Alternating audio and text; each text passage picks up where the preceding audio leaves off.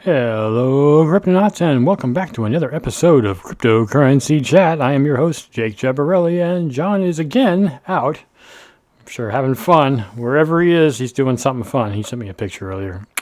Won't put it up on screen. I'm sure it's personal, private, but it looks like fun, nevertheless.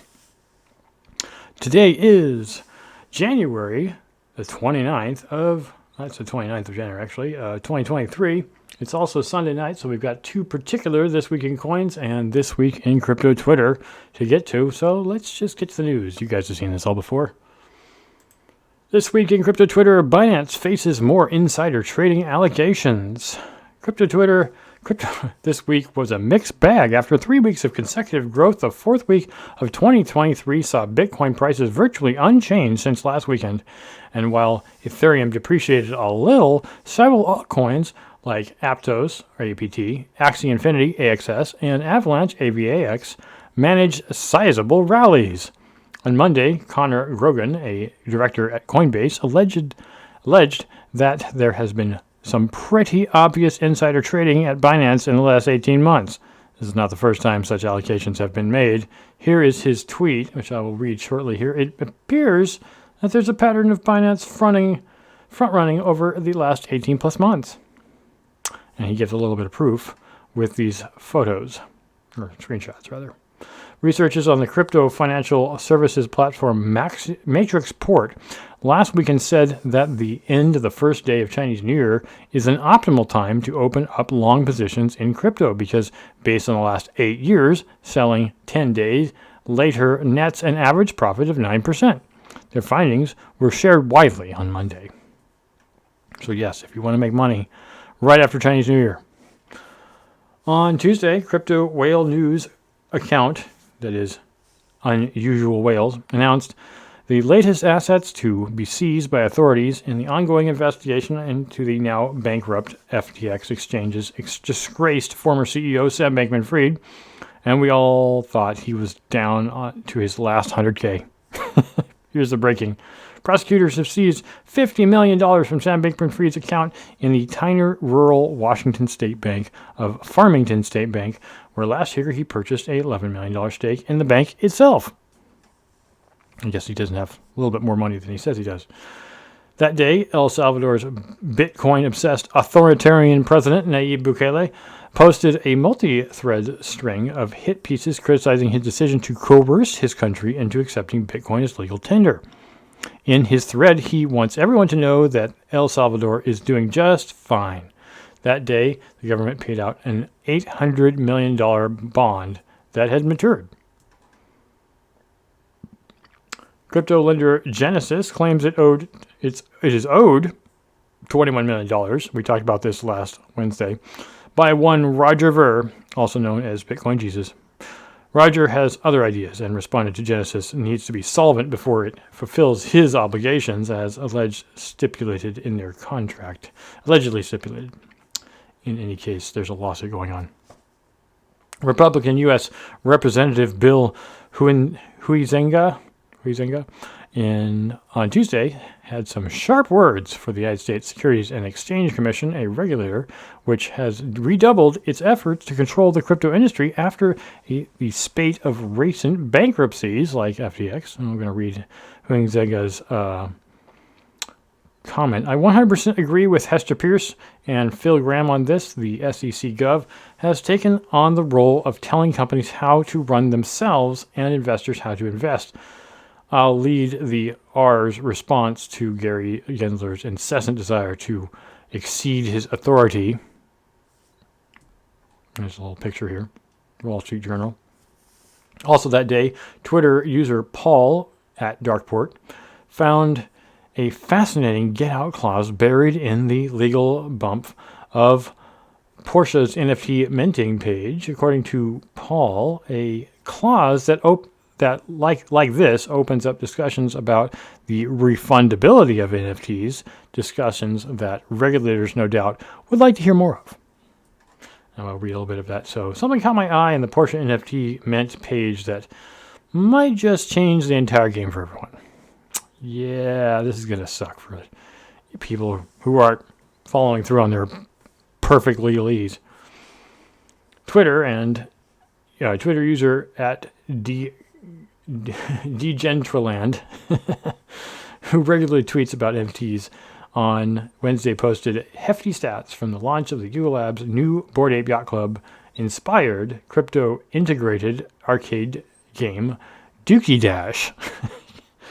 And I will read that briefly here. Dookie Dash players have spent $750,000 on in-game boosts in 1 week. There are 30,000 max sewer pass holders.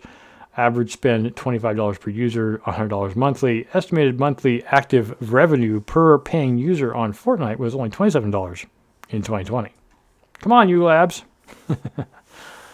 Robinhood's official Twitter account was hacked midweek. Luckily, it was an obvious hack. Binance CEO CZ helped raise the alarm. Crypto analyst Adam Cochran got offended when McDonald's official account appropriated some hip crypto speak. Here's the comment therein. All right, pack it in. We're done.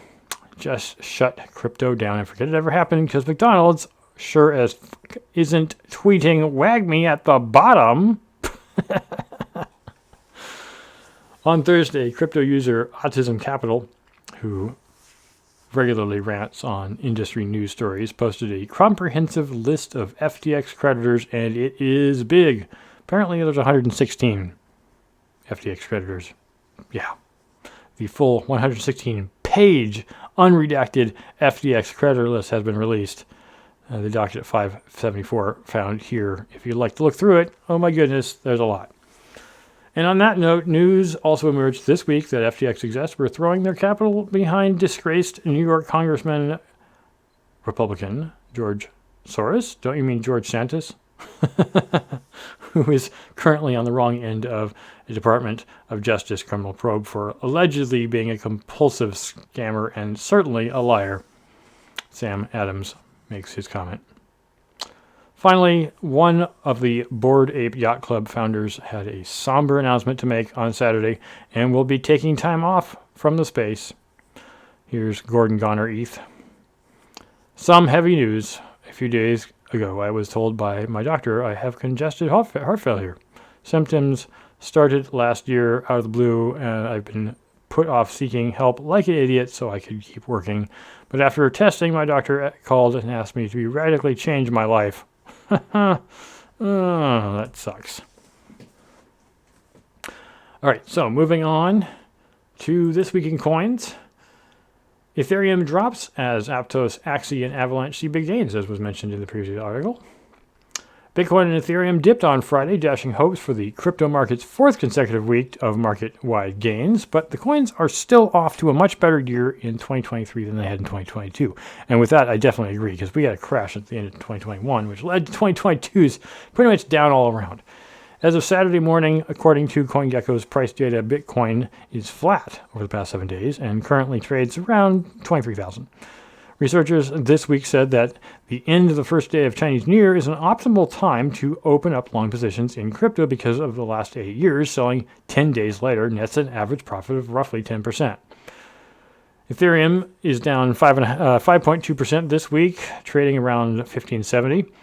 Ethereum developers announced on Tuesday that they made important progress towards the network's next scheduled upgrade, the much anticipated Shanghai upgrade.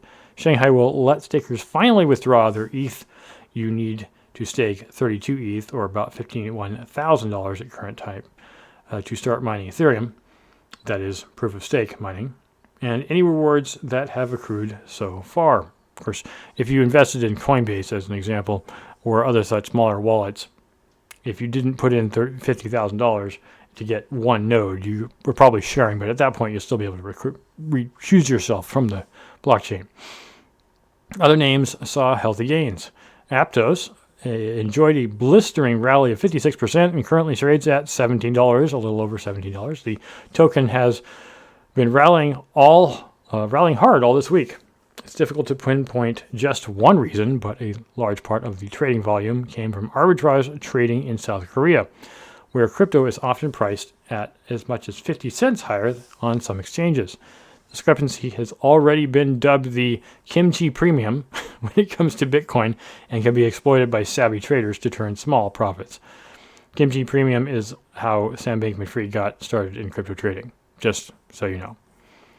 When Aptos launched late last year, it crashed 40%, and the project was widely panned for launching with obscure tokenomics, large token allocations of 50% for developers and private investors, and for promising speeds of up to 120,000 transactions per second, or TPS, but only managing 4.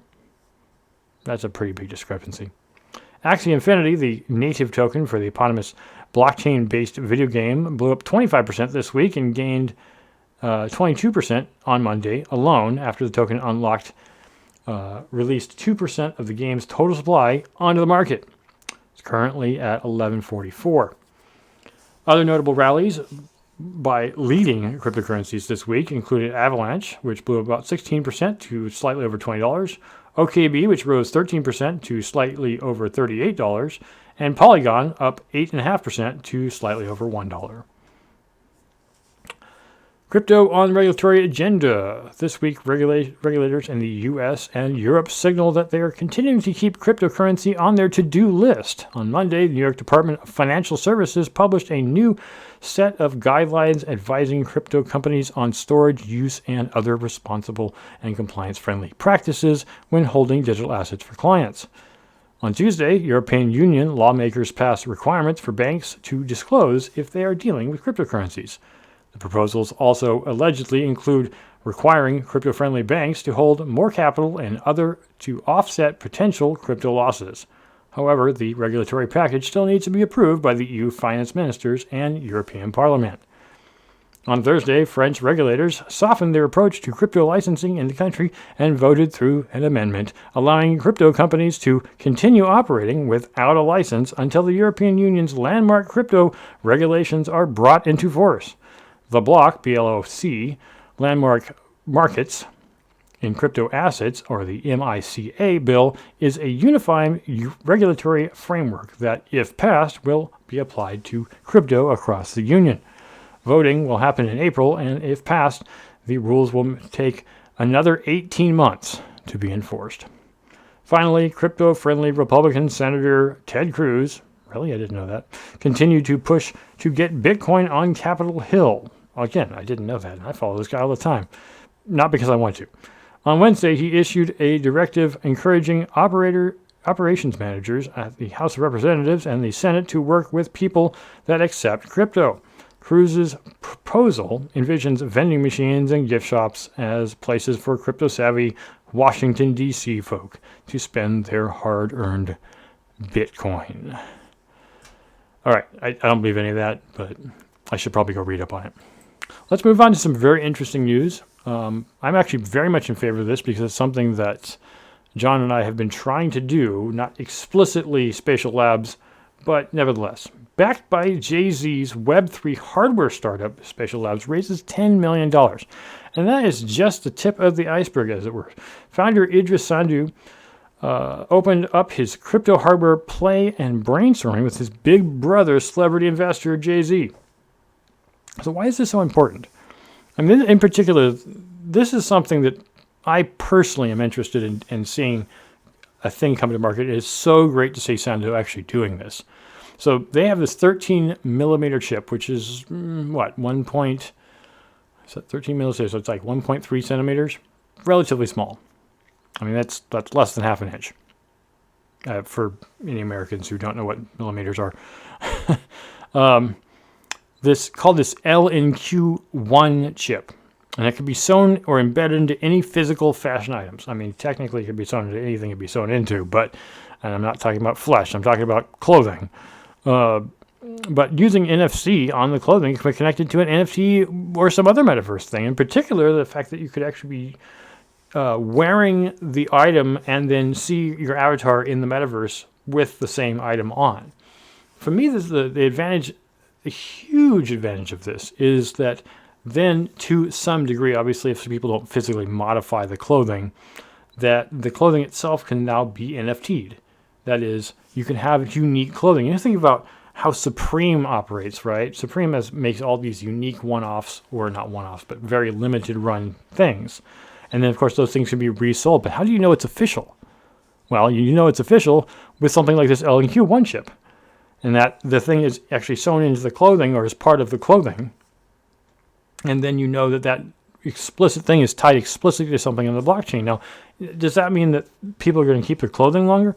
That's the hope. And in particular, the way Sandu puts it is that he's expecting this to be, run with things like Gucci and Balmain and Prada, basically high-end products.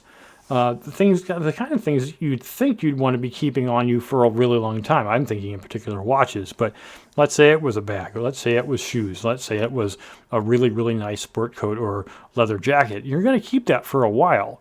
And the hope or expectation, let me think about it this way. If it was something that some wealthy, rich person owned, like, let's say Justin Bieber as an example, since he's a person who's bought a Bored Ape Yacht Club NFT, let's say he bought one of these things, and it would be unique. Maybe he bought 10 of them, but let's say it was his favorite sport coat or jacket that he liked wearing, and he just happened to decide to give it to a friend, and that friend decided to sell it on the market.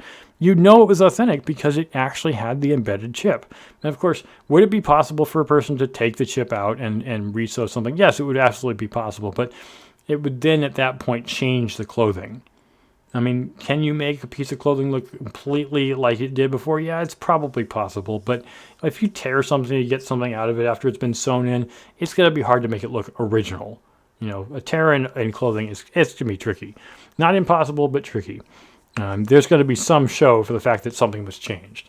So I really appreciate the fact that Sandu really kind of got on board with this idea, and I'm 100% certain there's going to be people following suit as soon as they realize the value in this concept. So I'm all for the fact that JayZ is willing to produce. It's also really important to make a point that at the end of this article, Sandu says, as much as he's into the Silicon Valley stuff, it's the culture of what he does and what his background and the things he comes from that Silicon Valley investors just really aren't into. And it took a visionary like JayZ to really help this kid out. So I'm so grateful that they're having this come. And I'm going to be following this story. You'll be seeing more of this in our news in the future. So moving on to something a little bit less negative. I want to get that JayZ Sandu article out there about LNQ because it's positive, it's helpful, it's good, it's upbeat. This isn't so much upbeat, although it is kind of nice to see that this thief is somehow being found. Okay, so OneCoin founder Ruja Ignatova resurfaces after 5 years in hiding. Now, she didn't personally resurface so much as she kind of coincidentally resurfaced. So the so-called CryptoQueen turned up in British government filing, though some say the connection is tenuous. Could just be a lie, right? Well, apparently she bought a very expensive house in 2016, and it looks like the house was recently put up for sale. A price of $15.5 million, which was later reduced to $13.6. Ignatova was reportedly forced to step forward as its owner due to the rules involving overseas companies that took effect in the UK last year. The disclosure states that Ignatova, who owned the house through Abbott's Penthouse Limited since 2016. So, what is it that, is she really showing up? I guess if she wants to sell this house, she's going to have to step forward physically. And I don't think she's going to do that. I think she's probably going to forgo the measly $15.5 million for this house because as far as we know, she raked in way more amount of money than that. Unless she's living on the lam and having to pay whomever she's staying with right now an immense amount of money just to keep from going to prison. I think when it comes right down to it, most people would pay all the money just to not have to go to prison. So she may have reappeared due to this, but it's more like she just reappeared in the news. It's not so much that she personally reappeared. So, that's... If you guys don't already know what OneCoin is, I'm not going to go into the details. The article is linked down below. All right. Next article, FTX executives maxed out donations to Rep. George Santos. As we mentioned in the This Week in Crypto Twitter, the maximum, I believe, that you can donate to a congressperson is $5,500, which isn't really a whole lot of money. But it makes you wonder, why did FTX execs max out the spend at all? Was it because they were just trying to spend a lot on a whole bunch of different reps? that they thought were going to give them, lip service or service to their company. I think it had more to do with that. The highest maximum donation is, and especially if it comes from multiple people working at the same company, that basically means the company is spending more money. And in that sense, so they say like every single person at FTX spent $5,500 on George Santos, possibly. Ryan Salome, FTX's CEO, Claire Watanabe, a former FTX senior executive, and Ranmik Aurora, the head of the company's ex-head of product, all donated the maximum possible amount to Santos's campaign. So why did they do that? And that's not really said in the article per se, but it seems like Sam Bankman-Fried was one of those people who used a good chunk of the money that he used. I'm not saying it was money, it was his money at all, but money from the company to make a lot of Washington people look his direction, to put it in the most blunt way I can. He spent an immense amount of money. We already know he donated roughly, was it $37 million in total to all parties involved, whether it was Republicans or Democrats. It does seem like he spent about the same amount of money on both, roughly equally. But as he said in some announcement sometime back, he secretly spent the money on Republicans and publicly spent the money on Democrats because it's just more politically viable that way. Nevertheless, George Santos receiving a lot of money for why, right? Well, I think it's because he promised to help FTX in some indirect or direct way, and that was the reason it was enthusiastically encouraging for FTX to spend as much as they did on Santos's campaign. And of course, the problem really is, and the reason that Santos is even in the news is because Santos is unfortunately a liar. At least it's been shown that he is a compulsive and prolific liar, and that it makes you wonder why they spent any money. But he probably didn't really know that he was lying, even though it has come out as of late that some people had already proved a lot of the things he said were false. But when it comes to politicians, a lot of people just like, well, they're just liars. That's just what they do. Why do we elect people who lie? Anyways, a little bit more political news or, U.S. government news.